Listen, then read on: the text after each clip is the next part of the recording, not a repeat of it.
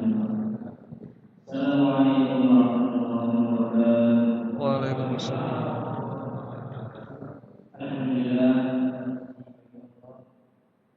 subhanahu wa ta'ala yang memberikan kita iman, Islam serta nikmat kesehatan sehingga kita dapat berkumpul sebagai yang berbahagia dalam rangka mengikuti Islam, kajian Islam Ramadan. Kajian Islam sore Ramadan.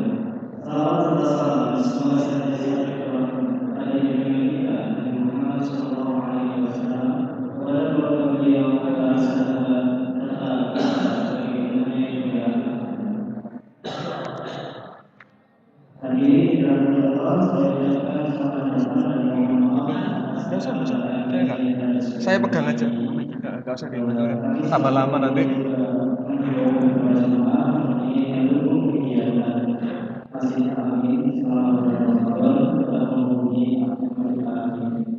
Kajian kali ini berlangsung kurang lebih 30 menit dengan tema masjid sebagai solusi tepat untuk permasalahan umat yang akan disampaikan oleh Ustaz Irfan Al-Judi.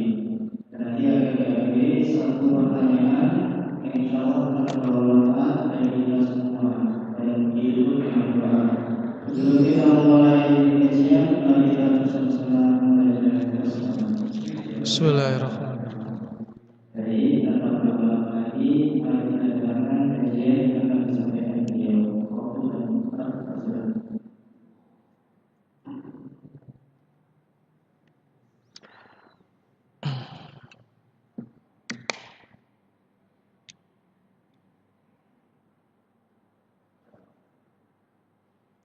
Bismillahirrahmanirrahim.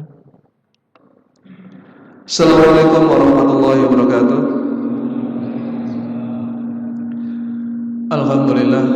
Alhamdulillahirabbil alamin, wassalatu wassalamu ala asrofil anbiya'i wal mursalin sayyidina maulana Muhammadin wa alihi washabihi ajmain. Rabbi shrah sadri wa yassir li amri wa hlul 'uqdatam min lisani yafqahu qawli. Amma ba'du. Bapak Ibu sekalian, sebelumnya saya mohon maaf datangnya terlambatnya parah nih. Ternyata di sini nggak hujannya nggak berat-berat amat. Saya tadi dari Wonokromo, hujannya terus macet Pak. Kalau deres itu wajar, itu memang sudah takdirnya Allah ya. Tapi macetnya ini yang saya bingung. Ini nggak salah nih hari Minggu ya. Kok macet? Gitu. Ternyata lah niku. Saya sampai akhirnya biasanya kan kalau dari Wonokromo ke sini manggil Gojek cukup. Tadi terpaksa manggil Grab Pak. Soalnya hujan. Nah, muternya saja sudah lama luar biasa. Akhirnya saya tanya sama supir Grabnya, ini ono apa toh Pak? Biasa Mas, wong mesti kalau THR kabeh. Lek gak nang pasar Wonokromo ya nang Royal gitu kan. Oh alah, ya wis. Tak kira ruwam iki kate nang masjid kabeh. Alhamdulillah. Baik, bapak-bapak, ibu-ibu sekalian. Ibu-ibunya di luar sekarang ya. Enggak ada yang di dalam. Enggak apa-apa. Ngapunten ini tadi saya enggak berkenan ditampilkan, malah lama. Biasanya tahun-tahun lalu gara-gara laptop tadi suwe. Waktunya sudah jam segini, biar materinya bisa segera mulai. Ngapunten, kita ngaji sorogan mawon, ngaji langsung secara lisan. Nggih. Tadi sebenarnya dari judul yang disampaikan beliau, saya tadi menggarisbawahi gitu ya. Yang ingin saya sampaikan adalah solusi yang ditawarkan masjid untuk umat. Atau masjid ini sebenarnya apa yang bisa diberikan untuk umat? Kan ngoten nggih. Soalnya kalau kita bicara masjid itu memang satu-satunya bangunan ya, satu-satunya bangunan yang disebut di dalam Al-Qur'an. Karena kalau ini nyebutnya Ka'bah, Pak, sama Ka'bah niku juga masjid. Kan ngoten nggih. Nah, satu-satunya bangunan yang disebut di Al-Quran itu masjid, Pak. Jenengan nyari bangunan apa yang lain? Niku sing paling gede, sing paling dhuwur nang donya sakniki apa itu? Sing ten Abu Dhabi niku. Burj Khalifa, jenengan cari di Al-Quran, ndak ada, Pak. Onoe khalifah. Burj gak melok. Dan itu bukan ngomongin bangunan, itu ngomongin pemimpin, kan ngoten nggih. Nah, ini yang ngapunten. Dan ketika kita ngomongkan masjid, Pak, masjid ini memiliki tempat yang sangat luar biasa di dakwah. Dan kalau kita mungkin tahun-tahun lalu sudah pernah saya bahas, saya tidak mau mengulang apa yang sudah dibahas tahun lalu. Saya langsung masuk sedikit kembali ke surat At-Taubah ayat 18. Insya Allah kalau pengurus masjid, Pak, kalau panjenengan semua aktivis masjid, ngurusi masjid, kalau ada perselisihan tentang pengurusan masjid, monggo saya minta hafalkan surat At-Taubah ayat 18. Saya baleni nggih. Kenapa? Karena surat At-Taubah ayat 18 ini benar-benar menjadi landasan umum untuk para pengurus masjid mengurusi masjid. At-Taubah ayat 18. Ada yang hafal? A'udzubillahi minasyaitonirrajim. Innama ya'muru masajidallah. Banyak yang hafal. Wis gak usah dibahas berarti ya. Innama ya'muru masajidallahu man amana billahi wal yaumil akhir wa aqamas sholata wa ataz zakata wa lam yakhsha ilallah.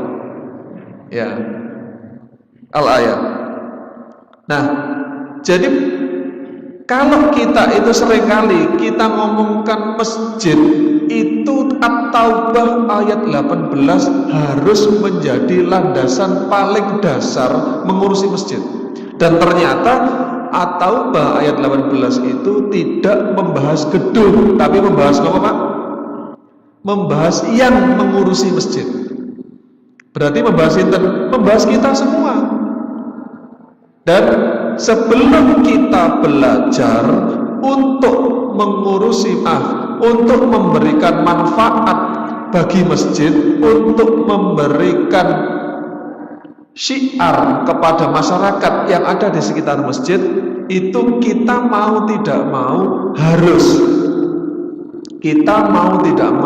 harus memantaskan diri kita, para pengelola masjid, para pengurus masjid, takmir masjid, marbotnya masjid, terserah nyebutnya apa, sesuai dengan At-Taubah ayat 18. Tahun lalu saya sudah bahas ini, saya nggak akan bahas ini lebih panjang lebar, saya menjelaskan secukupnya saja. Jadi dalam surat At-Taubah ayat 18 ini Allah memberikan syarat para orang-orang yang mengurusi masjid. Syaratnya adalah dia pertama man amana billah, beriman kepada Allah, terus wal yaumil akhir, dan hari akhir. Artinya apa? Dia harus seorang muslim. Kalau ngurusi masjid untuk muslim nggak bisa. Yang kedua, wa aqamas sholata, mendirikan sholat, wa atuz zakat, menunaikan zakat. Ini beberapa kali saya sering ingatkan, kalau takmir masjid di sini ada 10 orang, tolong 10 orang itu adalah orang yang mengisi baris pertama shaf. Kalau nggak bisa 5 waktu, minimal 3 waktu, maghrib, isya, subuh. Dereng wangsul itu.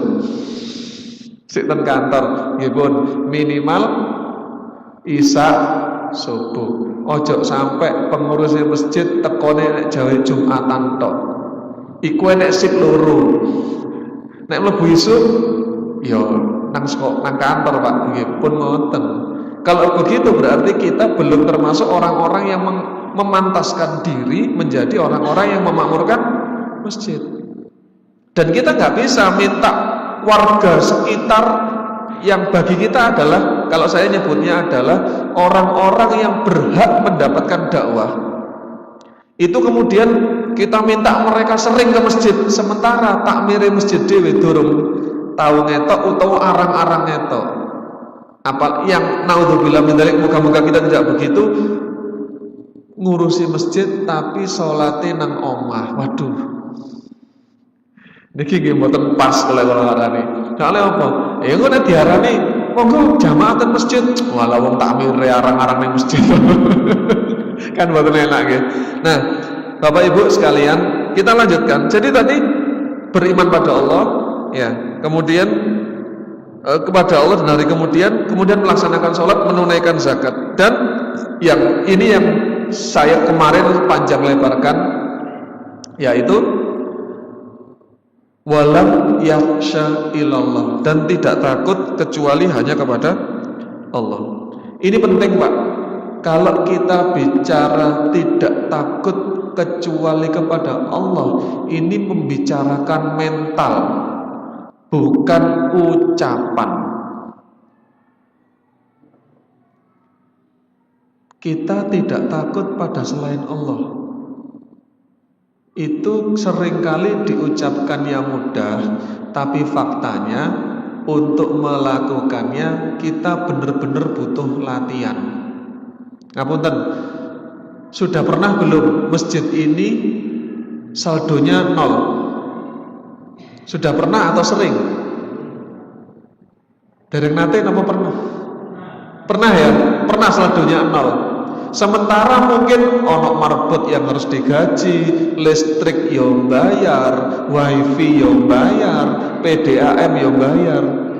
Nah, kalau kita itu kemudian sudah kena seperti ini, panik duluan, ya berarti kita di situ, menurut saya ya, Allah ngasih cara biar latihan. Orang usah wedi, masjid itu milik Allah, Pak. Jadi yang bayari listrik, yang bayari air, niku senes kita. Siapa, Pak? Allah, Pak. Gitu loh. Tugas kita niku napa? Ikhtiar. Ya kalau perlu diumumkan, monggo niki saldonya masjid 0. Kalau ada yang mau bantu, ngoten mawon napa. Insyaallah selalu ada kok. Apa meneh wong Simorejo kene iku soge-soge insyaallah. Nggih. Nah, ini saya ingatkan dulu agar kita memantaskan diri. Kenapa? Karena kalau kita memang sudah, alhamdulillah, semoga apa yang saya sampaikan tahun lalu itu memang benar-benar kita semua bisa manfaatkan ilmunya, memantaskan diri. Setelah itu monggo kita bicara goal dibangunnya masjid.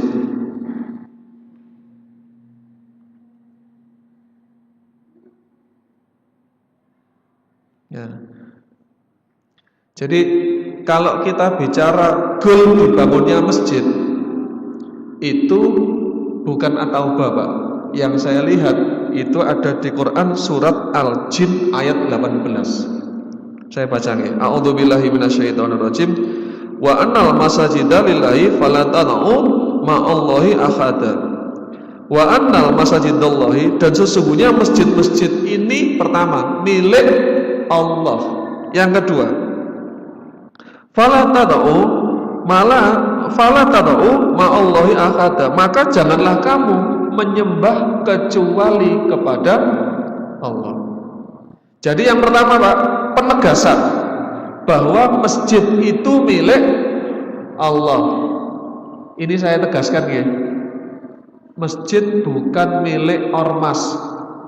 Masjid juga bukan milik warga. Soalnya kenapa saya pertegas ini, agar kita tidak salah bersikap. Seringkali dua hal ini, kalau di perumahan masjid diklaim sebagai milik warga, salah.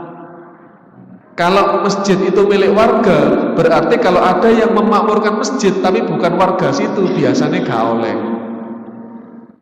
Kan ngoten.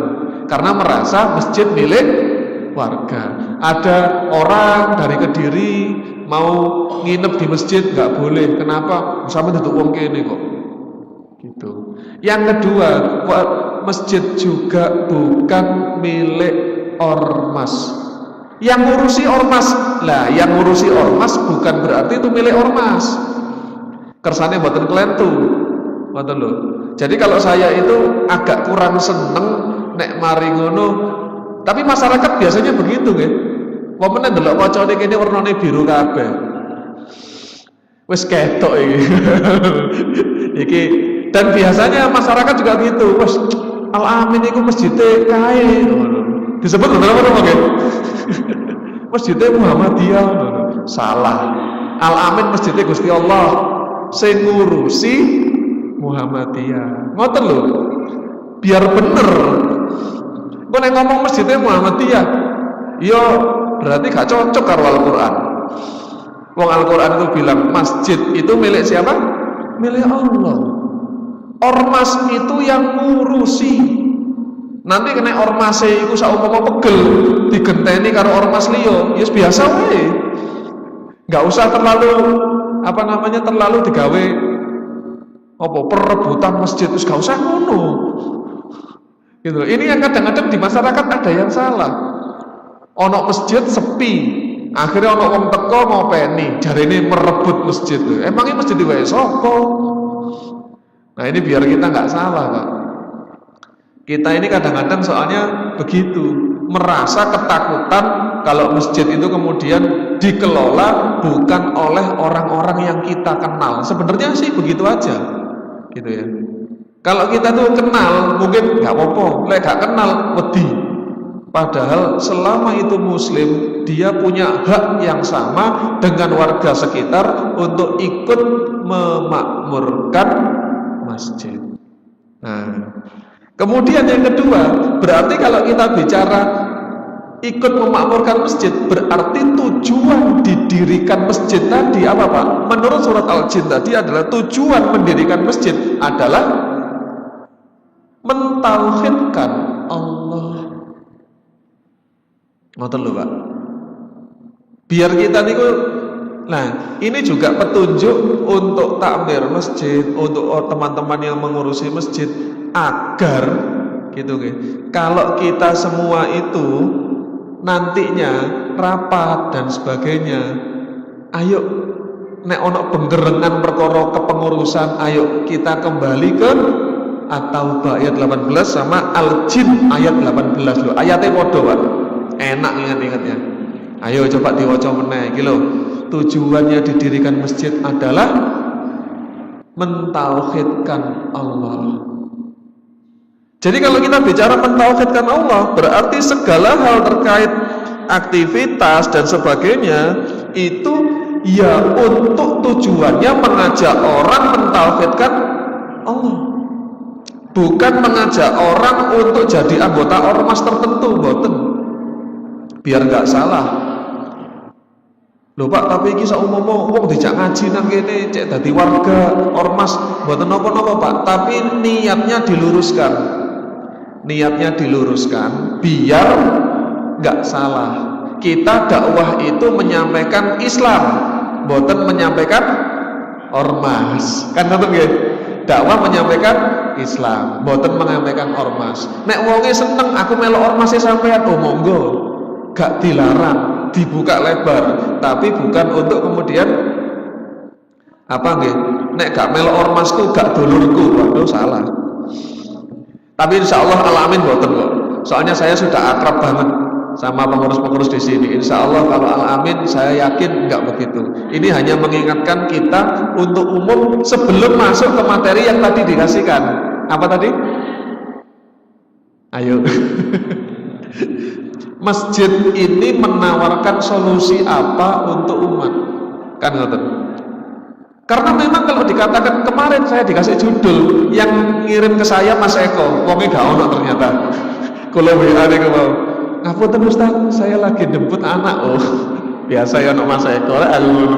Nah, karena begini Pak, kalau sekarang kita bicara tujuannya masjid itu seringkali terdistraksi atau terdistorsi dengan aktivitas-aktivitas yang menyibukkan kita yang bisa jadi benar bisa jadi salah. Saya kasih contoh ya. Masjid di sini ada buka bersama. Masih setiap Ahad? Masih setiap minggu atau sudah setiap hari? Buka bersamanya? Sudah setiap hari ya? Alhamdulillah. Kalau saya pernah tanya dulu kan setiap minggu saja. Kalau hari biasa belum ada. Nah, tujuan agar orang, kenapa sih kok pakai buka bersama di masjid? Tujuannya jangan sekedar ya berbagi, Ustaz. Berbagi itu benar, boten salah. Cuman ditambahi niatnya, Pak.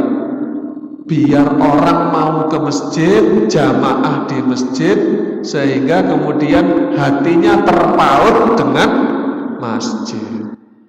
Insya Allah kalau orang itu hatinya terpaut dengan masjid, insya Allah ketauhidannya pelan-pelan bisa lurus.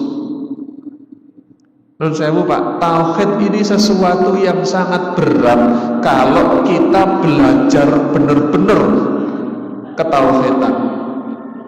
Soalnya ngapunten, seringkali ngeten, kita TK, SD, SMP, SMA minimal begitu ya. Mungkin ada yang nggak sampai SMA. Wis asumsikan saja semua lulus SMA. TK, SD, SMP, SMA, semua pendidikan agama selalu diawali dari tauhid. Kok gak leren-leren sih bahas tauhid? Memangnya kenapa dengan tauhid ini? Karena tauhid ini ternyata bukan hanya sekedar menyembah, Pak. Kalau menyembah Allah saja, ini yang sering kita jadikan, ngapunten, sering saya jadikan menyembah Allah dalam artian sholat itu adalah aktivitas yang rutinitas. Aktivitas rutinitas. Tapi bukan kemudian sholat itu bukan mentauhidkan Allah, mboten. Tapi kita itu harus belajar mentauhidkan Allah dalam seluruh kehidupan. Selama kita ini masih suka membeda-bedakan, itu berarti ketauhidan kita masih perlu kita belajar lagi, kita jaga lagi ketauhidannya. Contoh nih, saya sering kok ya, ketika ngomongkan politik kok bawa-bawa agama Islam, saya tambahin gini, bawa-bawa agama Islam. Biasanya terus gini, ngomong no politik gak usah bawa agama. Lah dipikir opo nek dadi penguasa iku meneh nang akhirat gak ditakoni Gusti Allah. Kan ngoten nggih. Dipikir kok nek dadi gubernur iku nang akhirat sesuk gak ditakoki. Ditakoki aja kuwatir. Gitu loh. Maka gak bisa umat Islam ini ngomongkan politik, ngomongkan pekerjaan, ngomongkan kepengurusan RT, ngomongkan kepengurusan RW, iku mari ngono gak nggawa agama, mboten saged, Pak.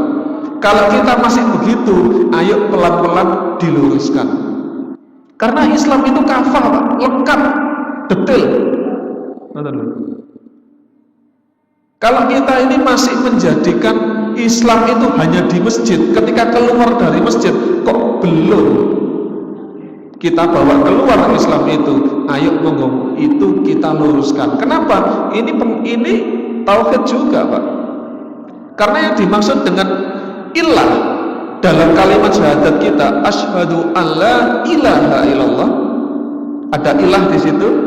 Ilah ini yang dimaksud bukan Tuhan, sekedar Tuhan, tetapi zat di mana kita itu taat dan patuh atas seluruh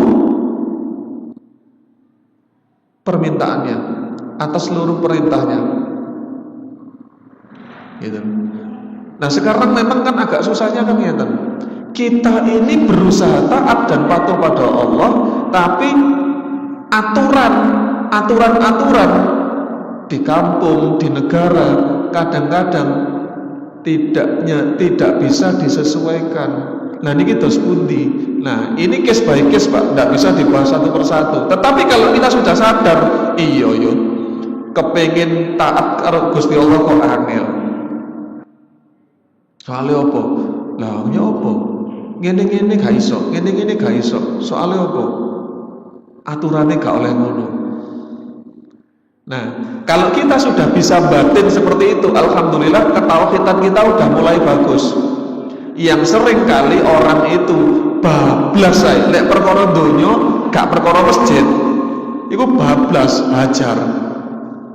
Ini yang kadang-kadang saya kasih contoh mawon, biar enggak terlalu bingung kok bahasnya kok tekan dindi. Karena begini Pak, ketika kita ngomongkan tauhid itu sekali lagi bukan hanya urusan setiap hari 5 waktu kita sholat nyembah, bukan hanya itu. Tapi benar-benar seluruh perintah dan larangan Allah itu ditaati. Ini contoh Pak.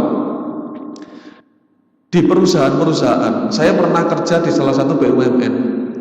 Itu kalau lebaran begini, THR oleh, gaji oleh, plus-plusnya oleh. Plus-plus apa Ustaz?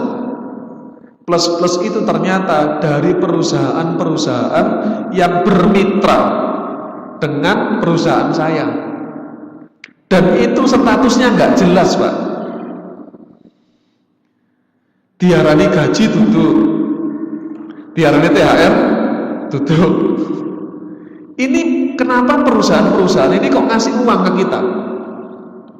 Karena selama ini dia diuntungkan dengan kerjasama dengan perusahaan saya, perusahaan tempat saya bekerja. Akhirnya waktu riyo ini bagi-bagi duit.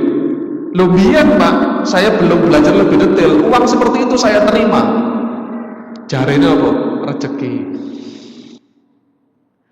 Padahal kalau sekarang Pak angen-angen, bukannya saya dulu tanda tangan kontrak kerja itu yang berhak saya terima hanya gaji dan THR. Di luar itu sebenarnya ada nggak? Pernah nggak ada kontrak kerja misalnya dan boleh menerima uang dari perusahaan-perusahaan lain? Ayo ada nggak? Nggak ada Pak.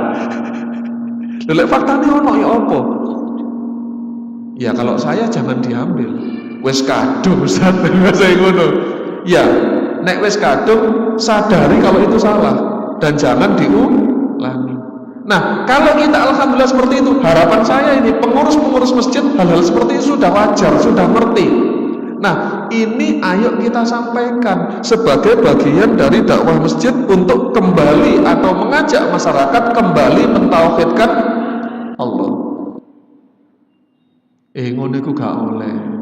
Lho sing bener piye? Sing bener iku akotmu biyen opo? Oleh duwe opo?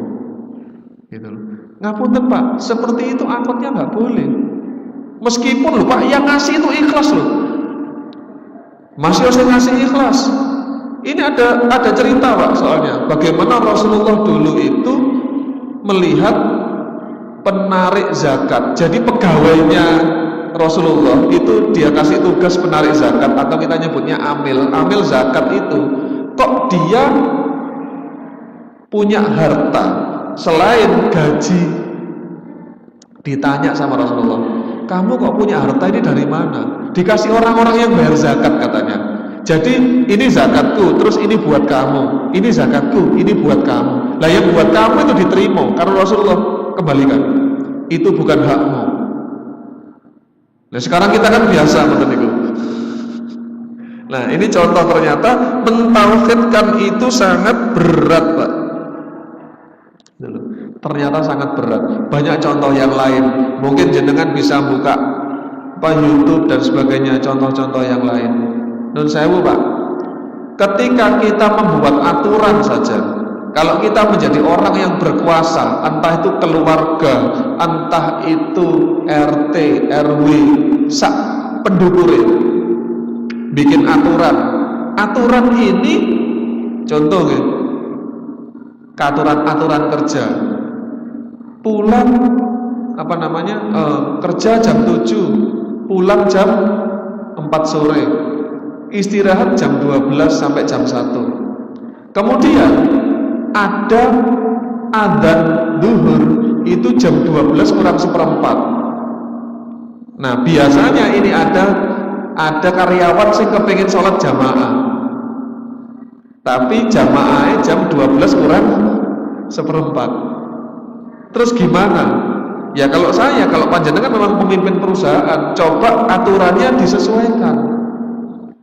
Beberapa teman saya yang sadar akan itu, bahwa mentauhidkan Allah, memberikan izin orang itu jamaah ke masjid, apalagi laki-laki ya, itu aturan istirahat adalah adzan zuhur ditambah 60 menit.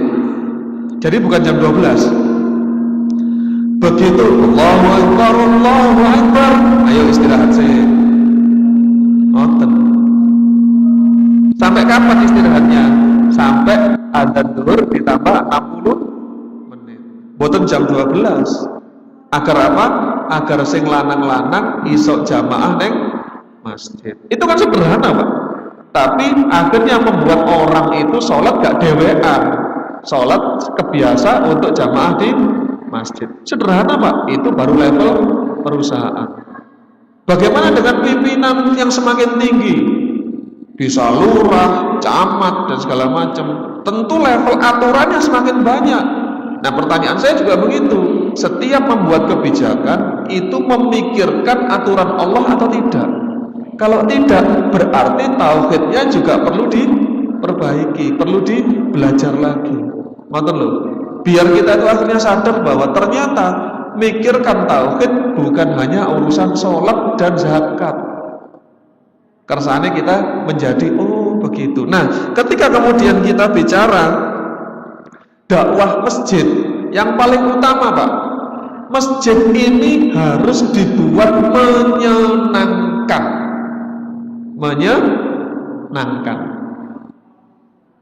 Jangan sampai jam berapa? 11.40. 40 ya? Ya oke. Jadi saya tambah sedikit. Adzan dakwah masjid harus dibuat menyenangkan agar orang senang ke masjid. Kalau kita dakwah masjid kita buat sesuatu yang mereka benci, ngapunten, sekarang ada banyak orang yang tidak suka diganggu pakai speaker. Maka kalau saya, speaker nggak usah sering-sering dipakai. Kalau mau dakwahnya lebih, syiarnya lebih kuat, pakai YouTube. Wah, isi ngono ae, gak angel-angel. Gitu loh. Nah, ini salah satu contoh agar kemudian kita sadar dakwah masjid itu adalah sesuatu yang luar biasa. Perintah Allah dan tugasnya dakwah masjid adalah mengajak orang yang tadinya belum mentauhidkan Allah menjadi mentauhidkan Allah dengan segala, di atas segala-galanya. Ngapunten, sakjane materi ini wis tak gawe endek, tapi pancen waktune sing pendek. Kenapa waktunya pendek? Saya terlambat, mohon maaf. Insya Allah kalau diundang lagi kita lanjutkan materi ini. Ditutup langsung? Oke, baik, kita tutup. Ada doa? Oke, baik, Bapak Ibu sekalian, ini waktu yang baik ya untuk kita tutup dengan doa. Monggo sambil nunggu waktu adzan kita tutup dengan doa. A'udzubillahi minasyaitonirrajim. Bismillahirrahmanirrahim. Alhamdulillahirabbil alamin. Allahumma shalli ala Muhammad wa ala ali Muhammad. Rabbana taqabbal minna salatana siyamana ruku'ana sujudana qu'udana wa tadarru'ana wa takhassu'ana wa ta'udana taqsirana ya Allah ya rabbal alamin. Rabbana dhalamna anfusana wa illam taghfir lana wa tarhamna lanakunanna minal khasirin. Rabbana la tahmil alaina isran kama hamaltahu alladhina min qablina. Rabbana wa la tuhammilna ma la taqata lana bih wa'fu anna waghfir lana warhamna anta maulana fansurna 'alal qaumil kafirin. Rabbana la tuzigh qulubana ba'da idh hadaytana wa hab lana min ladunka rahmah innaka antal wahhab. Rabbana hab lana min azwajina wa dhurriyyatina qurrata a'yun waj'alna lil muttaqina imama. Rabbana ighfir lana wa li walidayya warhamhuma kama rabbayani shaghira. Rabbana ighfir lana wa li walidina wal muslimina wal muslimat wal mu'minina wal mu'minat al ahya'i minhum wal amwat innaka ala kulli syai'in qadir. Allahumma inni nas'aluka salamatan fid din wa afiyatan fil jasad wa ziyadatan fil ilmi wa barakatan fil rizqi wa tawbatan qabla al maut wa rahmatan 'indal maut wa maghfiratan ba'dal maut. Allahumma habin 'alaina fis sakratil maut wa najata minan nar wa inal hisab. Rabbana atina fid dunya hasanah wa fil akhirati hasanah wa qina adzaban nar. Subhana rabbika rabbil izzati amma yasifun wa salamun alal mursalin walhamdulillahi rabbil alamin. Assalamualaikum warahmatullahi wabarakatuh.